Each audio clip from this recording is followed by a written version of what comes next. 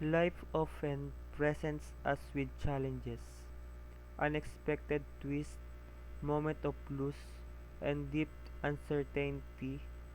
We cannot control everything, but does that mean life is devoid of meaning?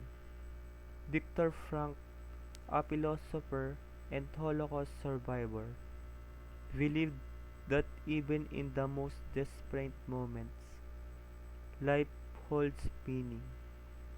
He reminds us when we are no longer able to change a situation, we are challenged to change ourselves.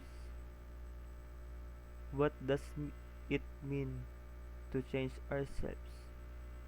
It means redefining how we see our struggles not as obstacles but as opportunities to grow, to adapt, to discover who we truly are.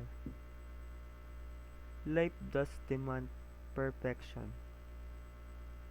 It asks us to seek meaning in the chaos, to find purpose in the unchangeable.